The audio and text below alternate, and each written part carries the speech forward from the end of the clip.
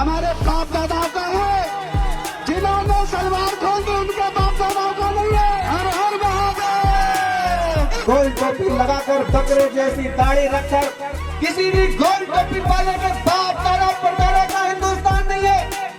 तो आपको अपने बाप बदल करके भगवान राम को फिर से बाप मानना पड़ेगा। गौर से बन, उठा और मार। छाती पे एक लात मारो तो जय श्री राम ना चिल्लाए तो मेरा नाम बदल देना। ज्ञान बापी महादेव का मंदिर है, किसी अल्लाह वल्लाह की मस्जिद नहीं है। आपको किसी को मारना भी पड़ सकता है, आपको मुकदमे भी झेलने पड़ सकते हैं।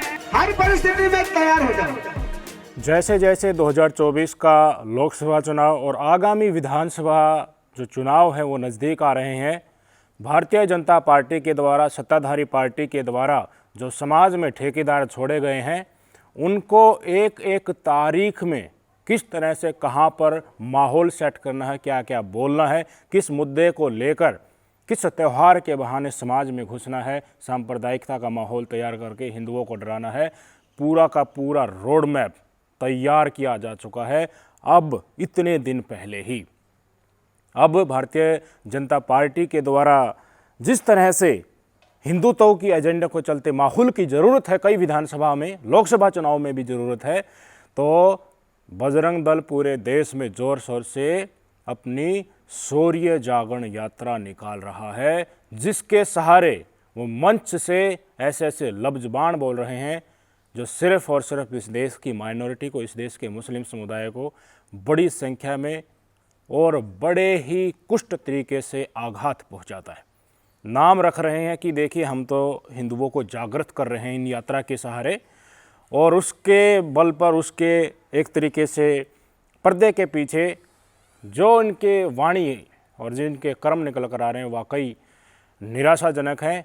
आज तक हमने आपको दिखाया कि पुलिस वाले भी इस तरह की चीज़ में संलिप्त पाते हैं, राजनीतिक पार्टियां तो हैं ही, टीचर्स भी इसमें सम्मिलित पाए जाते हैं। कई उदाहरण देखने को हमें मिलते हैं कि हर समाज में, हर तबके में आज नफ़रत घुस चुकी है।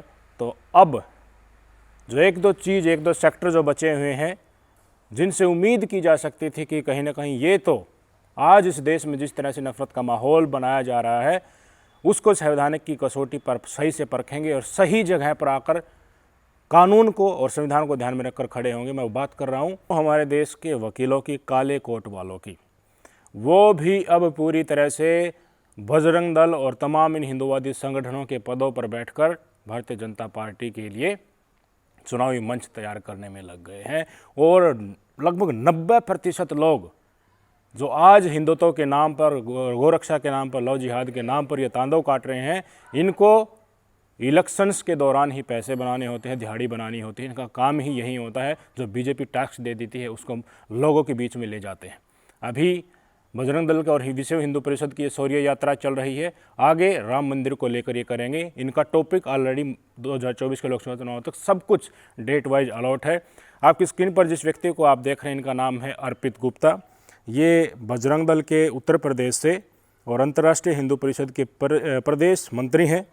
इन्होंने जो शब्द बाण बोले हैं, बजरंग दल और हिंदुत्व संगठन की जो मंच होता है उसके सहारे वो किसी भी सभ्य समाज में, वास्तव में इनका जो पेशा है अधिवक्ता का, ये पेशे से वकील हैं, उसको कलंकित करता है।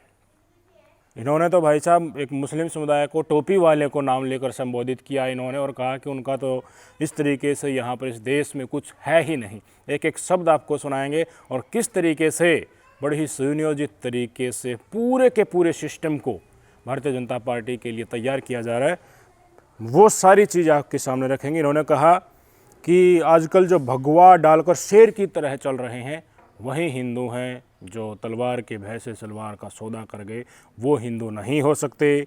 बड़े भाई का ऊपर कुर्ता पहन लिया, छोटे भाई का नीचे पजामा पहन लिया, सिर पर गोल टोपी लगा ली, बकरे जैसी दाढ़ी रख ली, मूंछ बिल्कुल सफाचट कर दी और कहते हैं ये ख्वाजा का हिंदुस्तान नहीं है, ये ख्वाजा का हिंदुस्तान नहीं, ये हमारे बाप का हिंदुस्तान है, ये इन्होंने कहा।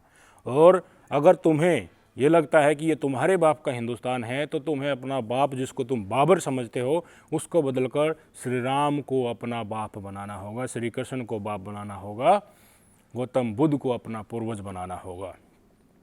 बाबर को आप एक तरीके से अपना बाप बनाओगे तो अयोध्या में जाकर जो नामो निशान मिटाया था ऐसे ही मिटाएंगे, मिटाया था और मिटाते रहेंगे। सुन लीजिए अर्पित गुप्ता, बजरंग दल के प्रदेश अध्यक्ष की ये वाणी।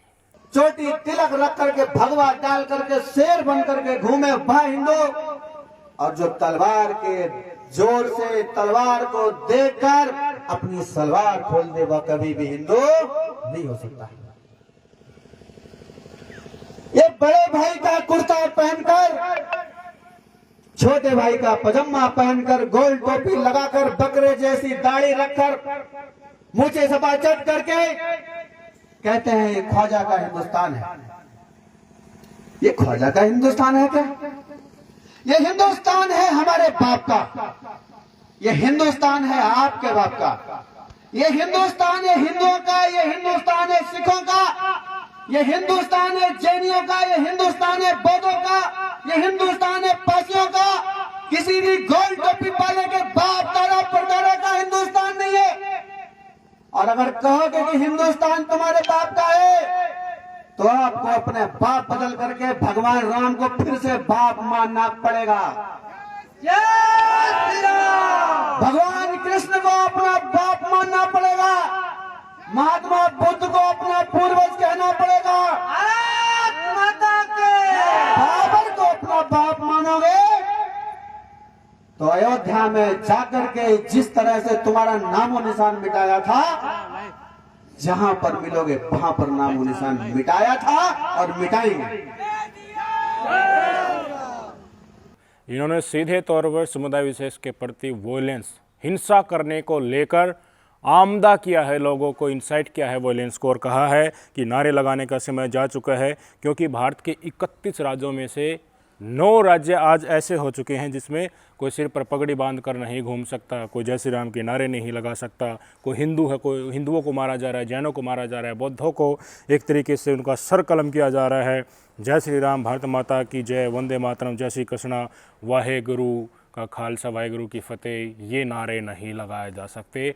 इन्होंने कहा कि हमारे 9 राज्य आजकल ऐसी ताकतों के हाथ में जा चुके हैं जिसके चलते हिंदू तो वहां पर बिल्कुल खत्म ही हो गया है। नारे लगाने का समय नहीं है।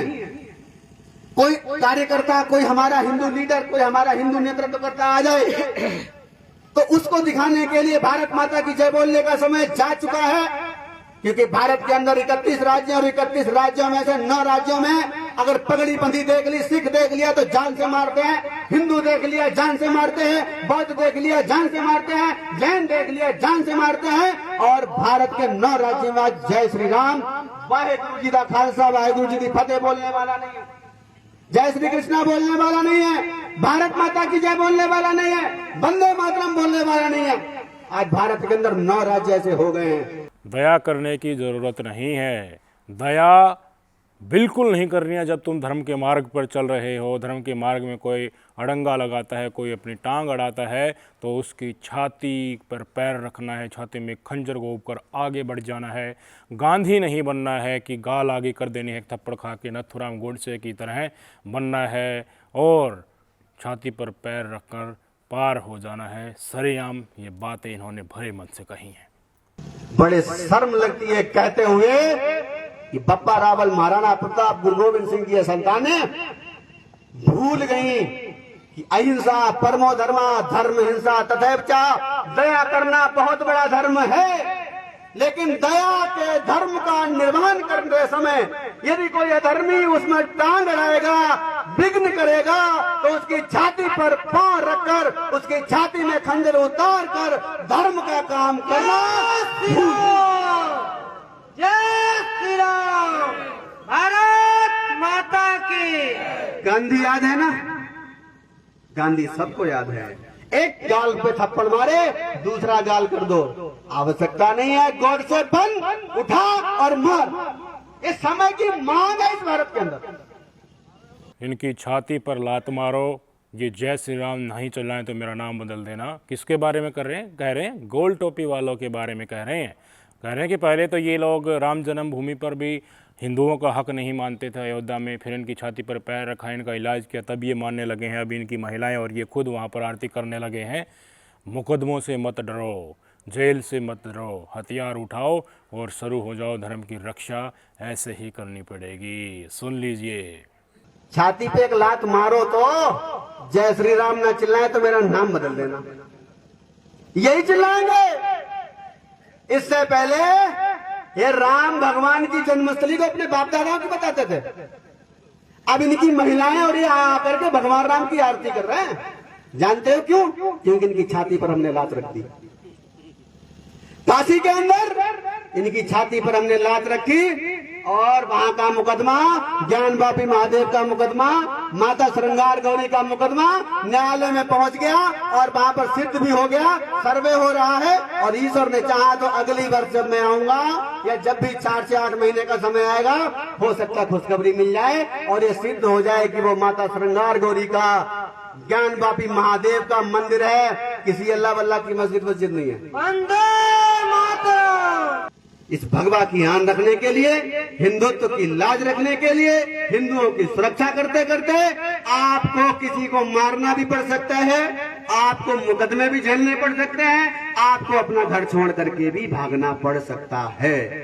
हर परिस्थिति में तैयार हो जाओ। ये हैं आजकल हिंदुत्व के ठेकेदार, जो अपना फ़ायदा निकालने के लिए, अपनी जेब भरने के लिए, एक तरीके से अपना कांटा निकालने के लिए, इनके अंदर की जो मंशा है, अपनी व्यक्तिगत स्वार्थ को सिद्ध करने के लिए पूरे के पूरे समाज को किस तरह से दूषित कर रहे हैं और हिंसा के लिए सरेआम आह्वान कर रहे हैं कि हथियार उठाओ, मुकदमों से मत डरो, पुलिस से मत डरो, जेल से मत डरो, हिंदुत्व की रक्षा करनी पड़ेगी, हिंदुत्व तो खतरे में है। और एक समुदाय विशेष के प्रति इस तरह की बातें बोली जा रही हैं कि उनको इस देश का बासिंदा मानने को ही ये लोग तैयार नहीं हैं। उनको बाबर की औलाद एक तरीके से कह रहे हैं, उनको कह रहे हैं कि जय श्री राम बोलो और श्री राम को अपना बाप मानो, इस तरह के शब्दों से संबोधित किया जा रहा है। उनका हक ही क्या है, अयोध्या में दिखा दिया, बाकी जगह भी दिखा देंगे, छाती पर पैर रखना है, छाती में खंजर घोंप कर आगे बढ़ना है, ये है इनकी वाणी। और हमारा समाज क्या जा रहा है, कैसे कैसे हम आपको हर तबके की वीडियो दिखाते हैं। एक सैनिक की वीडियो भी दिखाई कि उसने इस तरह के माहौल का फ़ायदा उठाकर अपनी पीठ पर PFI लिख लिया। एक रेलवे के सिपाही ने मुस्लिम समुदाय के लोगों को दाढ़ी देखकर मार डाला था। एक DSP लेवल का अधिकारी, बिहार का वीडियो हमने दिखाया था किस तरीके से वो जय श्री राम जय बजरंग बली के नारे लगा रहा था जुलूस में। पुलिस प्रशासन की वर्दी उसने खुद पहनी हुई थी। इकबाल को पीट पीट कर मारा गया, उसके समर्थन में सारे के सारे लोग आ गए थे। मोनू मानेसर, बिट्टू बजरंगी के पक्ष में पंचायतें वहाँ पर हो रही थी। कितने लोग बताएं कि जो बिल्कुल सड़ चुके हैं नफरत की आंधी में। और अब ये काले कोट वाले भी अपनी मंशा को सिद्ध करने के लिए, जिनके प्रति एक आस लगाई जाती है कि ये तो संविधान के जानकार हैं, ये तो कम से कम इन नफरतबाजों के पाले में खड़े न होंगे, परंतु इच्छा और ईर्ष्या और नफरत और अपना ही कांटा निकालना और दिहाड़ी बनाने का समय अब 2024 में आ गया है। तो पैसे के आगे तो सब कुछ नाचता है। चोला ओढ़ लो हिंदुत्व का, लव जिहाद का, गौ माता का और खूब पैसे बनाओ। कितने हिंदू मरेंगे, कितने मुस्लिम मरेंगे, समाज कितने पीछे जाएगा, कितनी अराजकता फैलेगी। ऐसी ज्वाला जो सदियों तक जलती रहेगी, जिसके कांटे जो उसके प्रति घायल होंगे, जिनको वो चुभेंगे वो कांटे, उनको हमेशा से वो याद आते रहेंगे। पर इनको कोई चिंता नहीं है, इनको अपने से मतलब है। समाज में चाहे कितनी ही आग लग जाओ, ये है इन लोगों के असल चेहरे को पहचानने की ज़रूरत है। इस चुनाव में कम से कम सबको सजग होने की ज़रूरत है कि नफरतबाजों को जैसे ये समाज में आते हैं, कभी तो जन्माष्टमी, रामनवमी और विभिन्न त्योहारों के नाम पर, हिंदुत्व के नाम पर, यात्रा के नाम पर आपके बीच आते हैं, उसका चोला ओढ़कर इनको जवाब देने की ज़रूरत है कि ये विष फैलाने की ज़रूरत नहीं है। अंततोगत्वा इस समाज में, इस देश में सारे समुदायों को रहना ही है, इस बात से इनकार नहीं किया जा सकता। तुष्टीकरण कोई भी पार्टी किसी भी समुदाय की करते हैं, जिसके कारण कुछ लोग उत्सुक हो जाते हैं, कट्टर लोगों को उठाया भी जाता है, प्रायोजित काफ़ी चीज़ें की जाती हैं, जिसके कारण माहौल बढ़ता है। एक धर्म के लोग दूसरे धर्म के दुश्मन बन जाते हैं। अगर राजनीति से धर्म निकाल दिया जाए तो सब आराम से रहेंगे। मेंटलिटी दूसरे धर्म के प्रति है कि ये तो हिंसक हैं, ये हमें नुकसान पहुंचाना चाहते हैं, वो आराम से धीरे धीरे ख़त्म हो जाएगी। आराम से एक मंच पर, एक धरती पर इसी भारतवर्ष में लोग पहले से भी रहते आए हैं, अब भी रह रहे हैं। और जब ये नफरतबाज की राजनीति ख़त्म हो जाएगी, ये देश भी बहुत ही तेज़ गति से आगे की तरफ अग्रसर होगा। लोकतंत्र फिर से मजबूत होकर निखरेगा। संविधान अपनी ताकत में फिर से गगनचुंबी इमारतों की तरह आकाश को फाड़ते हुए एक नए मुकाम की तरफ बढ़ता हुआ दिखाई देगा। नमस्कार।